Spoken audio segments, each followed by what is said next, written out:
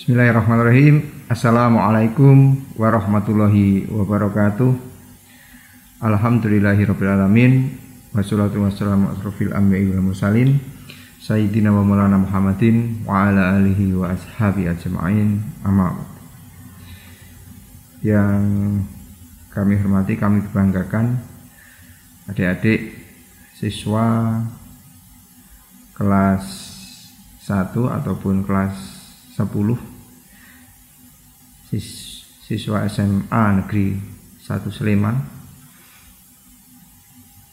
Puji syukur kita menjadikan kehadirat Allah Subhanahu wa taala karena kita masih diberikan rahmat karunia barokah sehingga kita semua diberikan kesehatan, berkesempatan bertemu walaupun tidak dalam tatap muka, sehingga dalam kesempatan ini kami perkenalkan dari Badan Narkotika Nasional Kabupaten Sleman diberikan kesempatan yang sangat baik, yang sangat strategis ini untuk memberikan edukasi kepada adik-adik semua, khususnya siswa kelas 10 SMA Negeri 1 Sleman, agar nantinya edukasi ataupun sosialisasi yang kita sampaikan nanti bisa bermanfaat bagi adik-adik semua. Tentunya adik-adik semua bisa menjauhi penyalahgunaan dan juga peredaran gelap narkoba sesuai program yang dimiliki oleh BNN Kabupaten Sleman, yaitu salah satunya adalah edukasi dan sosialisasi kepada masyarakat, kepada aparatur pemerintah, kepada siswa, mahasiswa juga, sehingga kami selalu mensosialisasikan kepada mereka bahwa ayo kita sama-sama mencegah bahaya penyalahgunaan narkoba, karena bagaimanapun mencegah memang lebih baik daripada mengobati. Walaupun nantinya ketika sudah terlanjur menjadi pecandu ataupun penyalahgunaan narkoba bisa dilakukan upaya rehabilitasi melalui BNN, dalam ini BNN Kabupaten Sleman. Tetapi sekali lagi, unsur preventif atau tindakan pencegahan itu sangat penting sekali untuk kita laksanakan. Jadi kami harapkan siswa-siswi adik-adik semua jangan sampai menyalahgunakan narkoba. Kenapa? Narkoba itu banyak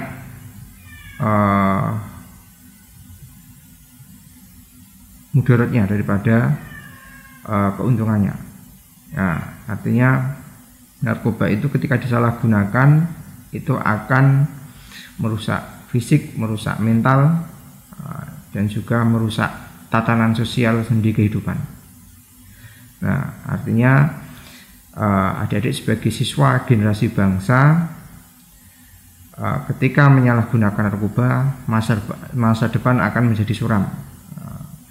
Masa depan akan tidak secerah lagi ketika sehat produktif, nantinya tidak menyalahgunakan narkoba. Anda sebagai generasi bangsa ini, penerus bangsa ini, kita harapkan tekun belajar dengan cara berpartisipasi dalam masyarakat, dengan cara melaksanakan kegiatan positif. Tentunya jangan sampai menyalahgunakan narkoba.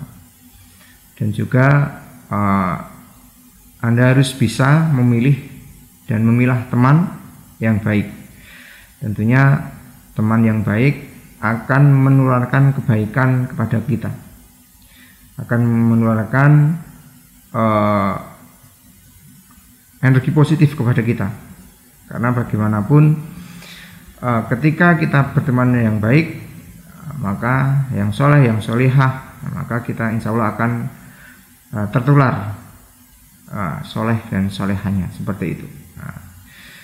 Kebalikannya, ketika kita bergaul dengan teman yang di situ mungkin dalam tanda kutip kecenderungannya berbuat yang negatif, bahkan condongnya ke arah narkoba, maka kemungkinan besar kita akan ikut terjerumus ke penyalahgunaan narkoba. Makanya pilih teman yang baik, seperti itu. Dan juga tentunya Anda sebagai siswa harus harus punya komitmen ketika ditawari sesuatu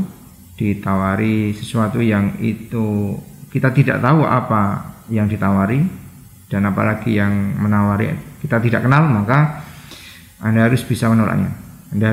Karena notabene para pengedar narkoba, para bandar narkoba itu mencari konsumen baru dengan cara yang bermacam-macam, modusnya bermacam-macam. Salah satunya dengan cara itu mengiming-imingi secara gratis. Ketika itu Anda tahu itu narkoba, jangan sampai Anda menerimanya. Karena ketika Anda menerimanya dan coba-coba, nanti masa depan menjadi taruhannya. Karena pecandu narkoba itu berawal dari coba-coba atau coba pakai. Nah, kenapa? Karena tidak mungkin pecandu narkoba itu langsung menjadi pecandu, enggak. Itu ada prosesnya. Dari coba pakai karena penasaran, diiming-imingi teman. Banyak kasus yang kita ungkap, siswa SMP, SMA itu menyalahgunakan narkoba karena diiming-imingi teman atau sahabatnya sendiri. Dia tahu yang diiming-imingi adalah narkoba, tetapi karena yang memberikan adalah sahabat mereka sendiri, yang memberikan adalah teman akrab sendiri, mereka nggak enak untuk nolak. Dan juga mereka diiming-imingi, nggak apa-apa bro, satu kali nggak bikin kecanduan kok. Nah ini satu kata-kata satu kali atau kalimat satu kali nggak bikin kecanduan, itu adalah kalimat yang salah menurut kami. Kalimat yang salah. Kenapa? Tadi bahwa pecandu narkoba itu berawal dari pertama pakai, seperti itu. Maka yang kita tekankan seperti itu, diiming-imingi terus, satu kali pakai nggak apa-apa, padahal itu kata-kata yang salah. Akhirnya dia pakai. Pertama kayak nggak enak. Kemudian alasan yang kedua karena dikasih secara gratis. Gak apa-apa bro, ini gratis, santai, gratis, nggak usah bayar. Ya, sama teman sendiri aja, sama sahabat sendiri, gratis sama orang. Nah, kata-kata ini yang kadang menjadi momok bagi siswa, akhirnya menyalahgunakan narkoba seperti itu. Nah, berawal dari coba pakai, akhirnya dia kecanduan. Nah, kalau kecanduan, dia tidak lagi dikasih secara gratis. Dia harus beli bagaimanapun caranya. Akhirnya dia berbuat sesuatu, bagaimana caranya dia mendapatkan uang. Entah itu minta sama orang tuanya, kalau nggak dikasih mungkin minta sama saudaranya, dan lain sebagainya. Kalau nantinya nggak dikasih, mungkin dia akan bohong buat bayar SPP lah, buat bayar ini, buat beli buku, buat kegiatan sport dan lain-lain. Padahal itu untuk beli narkoba. Akhirnya dia bohong. Kemudian kalau dia bohong tidak dikasih, nggak berhasil dia bohong, akhirnya dia akan berbuat kriminal yang namanya nyolong. Nah itu dia, nyolong. Nah kalau sudah nyolong, dia berbuat kriminal. Ataupun nggak nyolong, dia akan diam-diam menjual perabotan rumah tangga yang dimilikinya, kulkas, TV dan sebagainya, ataupun bahkan bisa jadi motor ataupun mobil. Apa yang dia punya itu barang milik orang tuanya dijual semua untuk membeli narkoba. Makanya ciri-ciri pecandu narkoba itu ada 3 ong. Yang tadi kan ada bohong dan nyolong. Yang satu lagi bengong. Nah, kenapa bengong? Pecandu narkoba itu yang disasar adalah susunan sel saraf pusat, yaitu otak. Nah, otak itu ada fungsi-fungsi luhur di situ, fungsi-fungsi luhur. Ada fungsi keseimbangan, fungsi perasa, penglihatan, dan lain sebagainya. Nah, ketika orang menyalahgunakan narkoba, fungsi-fungsi itu akan hilang atau berkurang seperti ini. Kalau sudah berkurang ataupun hilang, makanya efeknya jalannya bisa sempoyongan, bicaranya nggak jelas, bicaranya pelo atau cedal, nggak nyambung. Pertanyaannya A tapi nggak nyambung dijawab B, seperti itu. Makanya lola apa? Loading lama. Kemudian banyak lagi ciri-ciri pecandu narkoba itu. Tell me, telat mikir, lolak istilahnya, plongo. Nah, akhirnya seperti itu. Efek pecandu narkoba, apa yang saya sebutkan di depan tadi. Makanya jangan sampai Anda sebagai generasi bangsa ini harus tetap sehat dari penyalahgunaan narkoba. Ketika Anda diiming-imingi, jangan mau, apalagi tahu itu adalah narkoba. Jangan mau. Karena masa depan menjadi taruhannya. Sebagian besar siswa yang kita tangani itu berawal dari apa? Iming-iming teman. Pas dia nongkrong dikasih, pas dia main dikasih barang. Karena dia tahu yang dikasih adalah apa, tapi karena iming-iming tadi. Makanya dari pengalaman kami seperti itu, jangan mau diiming. Walaupun yang ngasih, yang mengiming adalah teman Anda sendiri, sahabat Anda sendiri. Karena masa depan menjadi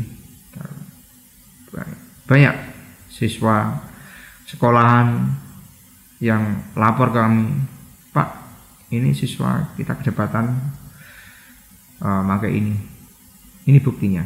Nah, akhirnya kita panggil, walaupun dia siswa masih sekolah aktif, kita panggil.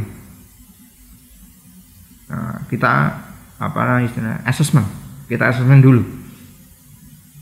Apa backgroundnya dia pakai? Ternyata dia penasaran, pengen coba pakai aja. Karena dimingi temen, nggak enak. Itu tadi sebenarnya. Nah, sehingga itulah, pilih teman yang baik.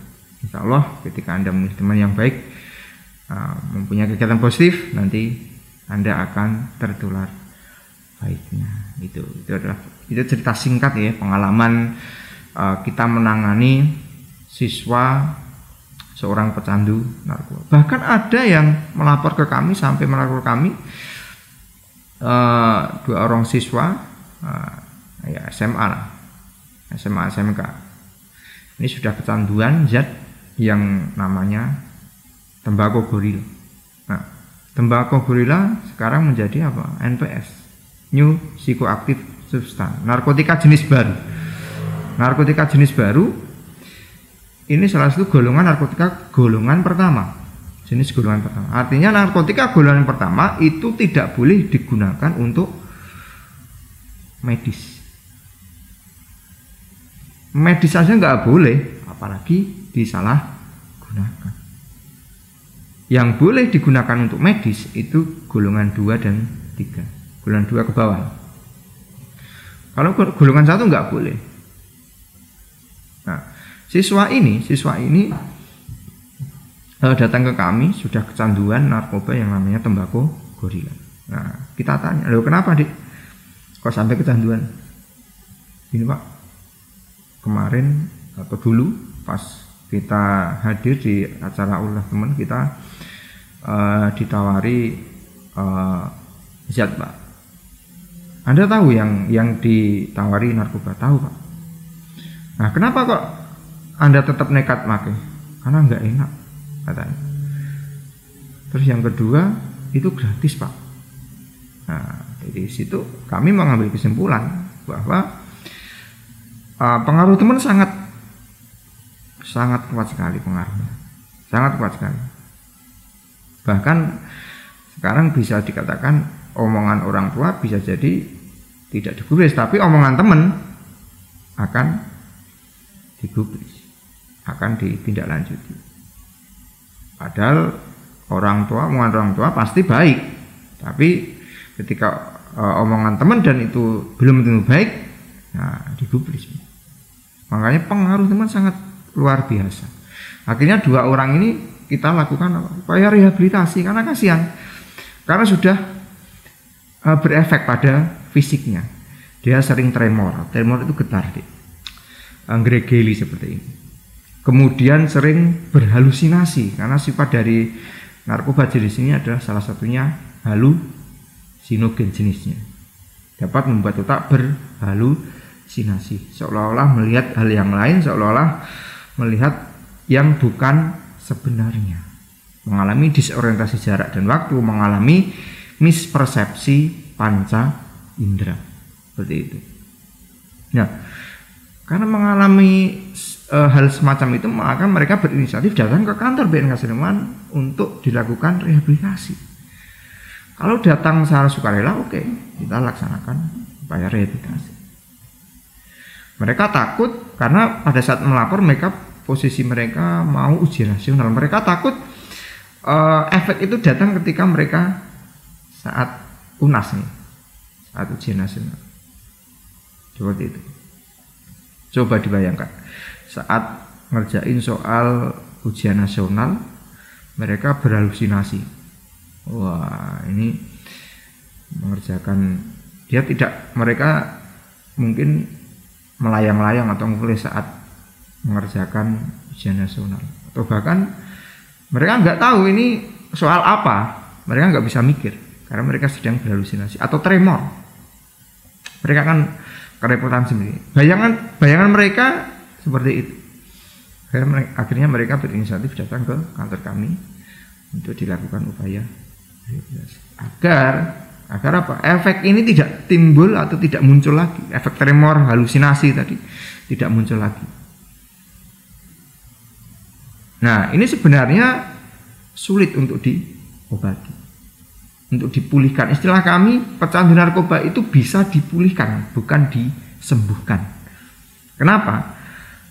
Karena banyak pecandu narkoba setelah pulang dari lembaga rehabilitasi dan dinyatakan pulih tidak memakai narkoba lagi, ketika pulang dia akhirnya memakai narkoba lagi. Karena dia akan mengalami yang namanya relapse prevention atau kekambuhan memakai narkoba. Kenapa? Memori narkoba itu tidak bisa dihilangkan dari otak mereka, nggak bisa dihilangkan. Makanya efek kecanduan pun seperti itu, sulit dihilangkan. Seperti tremor tadi sulit, karena itu sudah berefek pada fisik mereka. Sarafnya sudah kena sarafnya. Kalau sarafnya sudah kena, nanti dia mungkin akan menjadi gila, atau sekarang istilahnya orang dengan gangguan jiwa, ODGJ. Kita tidak boleh melabelkan seseorang yang ODGJ ini dengan kata-kata gila. Orang dengan gangguan jiwa. Nah, pasien kami itu banyak yang plus-plus, artinya dual diagnosa. Yang pertama didiagnosa karena pecandu narkoba, yang kedua didiagnosa karena sakit jiwa, ODGJ tadi, uyang-uyu dewe, nangis-nangis dewe, orang dengan gangguan jiwa, dual diagnosa. Nah, ODGJ-nya kenapa? Karena dia seorang pecandu narkoba. Banyak hal yang seperti itu. Makanya oke lah, dia kita sembuhkan atau kita pulihkan bisa. Tidak makan narkoba, clean, oke, nggak makan. Tapi efeknya ini yang nggak bisa. Sulit untuk bisa, tapi sulit. Bisa tapi sulit. Makanya sebelum terlanjur, Makanya tindakan preventif menurut kami sangat strategis sekali, sangat manfaat sekali agar Anda tidak terlanjur terjerumus ke lembah hitam yang namanya penyalahgunaan narkoba. Masa depan Anda masih cerah, masih panjang. Anda pasti memiliki cita-cita. Raih cita-cita Anda tanpa penyalahgunaan narkoba. Banyak cerita-cerita terkait penyalahgunaan narkoba di tingkat siswa. Mahasiswa apalagi. Kita pernah merealisasi siswa SMP pernah menyalahgunakan narkoba jenis pil. Nah, makanya ini faktanya, kenyataannya seperti itu, Dek. Makanya berkali-kali kita ngomong ke siswa, iya, Dek. Cari kegiatan yang positif, cari teman yang baik. Bangun komunikasi dengan orang tua. Bangun komunikasi dua arah. Kalau orang tuanya sibuk, diingatkan. Orang tuanya sibuk diingatkan. Pak, Bu, saya pengen cerita, mbok didengarkan. Misalnya sibuk. Misalnya. Orang tua juga harus berperan di sini. Karena banyak siswa bagi seorang pecandu narkoba, dia ternyata di rumah tidak diperhatikan oleh orang tuanya. Tidak diberikan kasih sayang. Orang tuanya sibuk sendiri-sendiri. Bapaknya kemana, ibunya kemana. Nggak pernah membangun komunikasi dengan anaknya. Nggak pernah. Makanya komunikasi dua arah itu sangat penting. Bangun komunikasi dengan orang tua. Seperti itu. Nah, itu sekelumit cerita bagaimana siswa itu latar belakangnya kenapa sih kok banyak siswa yang menyalahgunakan narkoba. Itu tadi ceritanya seperti itu. Makanya dari cerita ini adik-adik bisa mengambil kesimpulan sendiri bahwa memang teman itu sebagian besar penyalahgunaan narkoba di kalangan siswa itu dipengaruhi dari teman mereka sendiri. Nah, sehingga pertama Anda harus harus berkomitmen, harus punya jiwa, tekad yang kuat untuk tidak menyalahgunakan narkoba. Ketika ditawari teman, tahu itu narkoba, no. Kemudian nggak apa-apa, nggak bikin kecanduan, no. Seperti itu. Harus tegas kita, karena masa depan kita yang menjadi taruhan. Itu. Nah. Oke. Kenapa siswa itu menjadi salah satu fokus kita menjadikan siswa objek untuk salah satu objek untuk sasaran sosialisasi pencegahan. Nah, karena tadi bahwa banyak kalangan siswa yang terjerumus karena teman mereka. Kita ingin menyelamatkan generasi bangsa melalui melalui kegiatan-kegiatan yang positif tentunya. Dan ikutilah kegiatan-kegiatan positif. Itu akan menghindarkan Anda dari narkoba. Nah, oke. Ya, nanti diingatkan kalau waktunya tinggal berapa menit mungkin. Nah, prevalensi kita ngomong prevalensi narkoba atau persentase penyalahgunaan narkoba di Indonesia itu berapa sih? Nah ini, kalau menurut data ini prevalensinya 1,8% atau setara dengan hampir 3,5 juta penyalahguna. Dan itu sebagian juga usia produktif, bahkan usia pelajar, mahasiswa banyak di situ.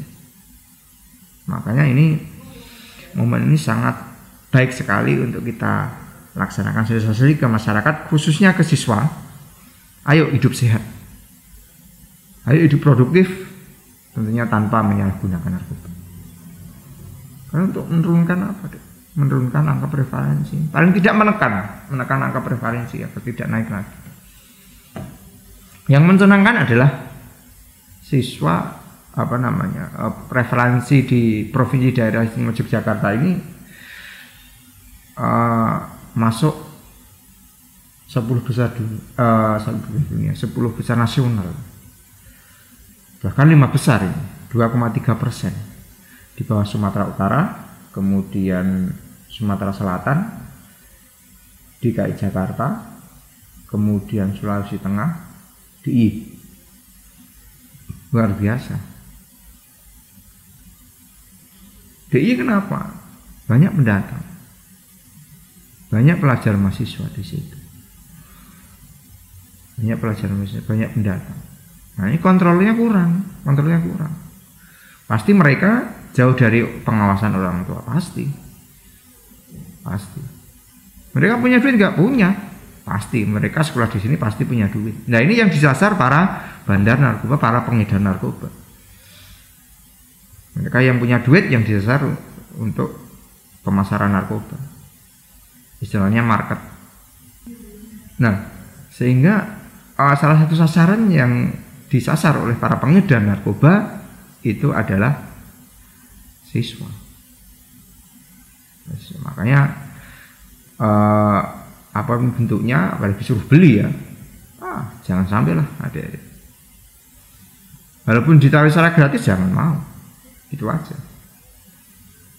Ini karena narkoba itu kecenderungannya tidak hanya menyasar di perkotaan saja, desa pun bisa terpapar. Nah mungkin sebagai closing saja sebelum kita tutup, mungkin ada beberapa hal yang kita sampaikan dari paparan tadi, bahwa banyak kalangan siswa itu yang terjerumus karena pengaruh teman, seperti itu. Pertama itu. Kemudian yang kedua, mereka sebenarnya sudah tahu efek narkoba seperti ini. Efek narkoba itu tidak baik, tetapi karena yang masih yang mempengaruhi teman mereka sendiri akhirnya mau. Artinya ini menjadi pengalaman bagi kita semua bahwa Anda harus punya jiwa komitmen untuk menolak penyalahgunaan narkoba. Itu saja sebenarnya. Kemudian yang kedua, ikutilah kegiatan-kegiatan yang positif. Kegiatan-kegiatan positif. Banyak kegiatan positif yang dapat kita rasakan. Di era pandemi ini apa? Banyak bikin konten-konten di YouTube, di media sosial yang lain, Instagram, Twitter, atau bahkan Facebook mungkin. Buatlah konten-konten kreatif seperti itu. Nah, mungkin Anda punya konten kreatif bagaimana caranya menghindari penyalahgunaan narkoba, itu lebih baik. Upload di IG, upload di YouTube, silahkan. Itu adalah kegiatan positif. Jadi walaupun di era pandemi ini yang tidak membolehkan untuk berkumpul, berdekatan dengan teman-teman kita, ya kita semampu mungkin untuk memanfaatkan media sosial yang ada. Itu kegiatan positif. Kemudian yang ketiga, bangun komunikasi dua arah dengan orang tua. Ngobrol dengan orang tua. Kendalanya apa seperti ini. Kemudian permasalahannya apa apabila punya masalah. Ngobrol, komunikasi, bangun komunikasi dua arah. Ini akan enak nanti. Tidak mungkin orang tua akan menjerumuskan anaknya, nggak mungkin. Makanya bangun ketika ada permasalahan, cerita sama orang tua. Atau mungkin cerita sama guru boleh. Bapak ibu guru, siap bapak ibu guru itu menerima curhatan Anda. Ya, seperti itu. Bangun komunikasi dua arah dengan guru, dengan orang tua. Nah, itu. Yang terakhir adalah kita sebagai makhluk Tuhan, tentunya makhluk yang punya agama. Saya yakin agama di Indonesia ini tidak akan menghalalkan apa yang namanya, tidak membolehkan apa yang namanya penyalahgunaan narkoba, saya yakin. Sehingga kita sebagai makhluk Tuhan harus meningkatkan iman dan takwa kita kepada Allah Subhanahu wa taala. Ini adalah cara mendekatkan kita kepada Allah. Insya Allah nanti ketika kita sudah menerapkan cara-cara seperti itu, cara-cara bagaimana kita menghindari penyalahgunaan narkoba, insya Allah kita akan terhindar dari penyalahgunaan narkoba. Anda sebagai generasi penerus bangsa ini, masa depan bangsa ini ada di pundak adik-adik semua. Makanya kita harus memastikan adik-adik ini sehat, produktif, tanpa narkoba. Kalau bisa berprestasi, tapi kalau nggak bisa ya nggak masalah. Nggak masalah, kita bisa berbuat yang maksimal dalam hal kebaikan, berkegiatan positif, supaya kita terhindar dari penyalahgunaan narkoba. Cukup sekian dari kami. Ada salah kata kami mohon maaf, ada kekurangan kami mohon maaf. Semoga apa yang kami sampaikan bermanfaat bagi adik-adik semua, sehat-sehat bagi kita semua. Semoga pandemi COVID-19 ini segera berakhir dan kita bisa hidup normal pada era sebelum pandemi kembali. Cukup sekian dari kami. Akhir kata, billahi taufiq wal hidayah. Assalamualaikum warahmatullahi wabarakatuh.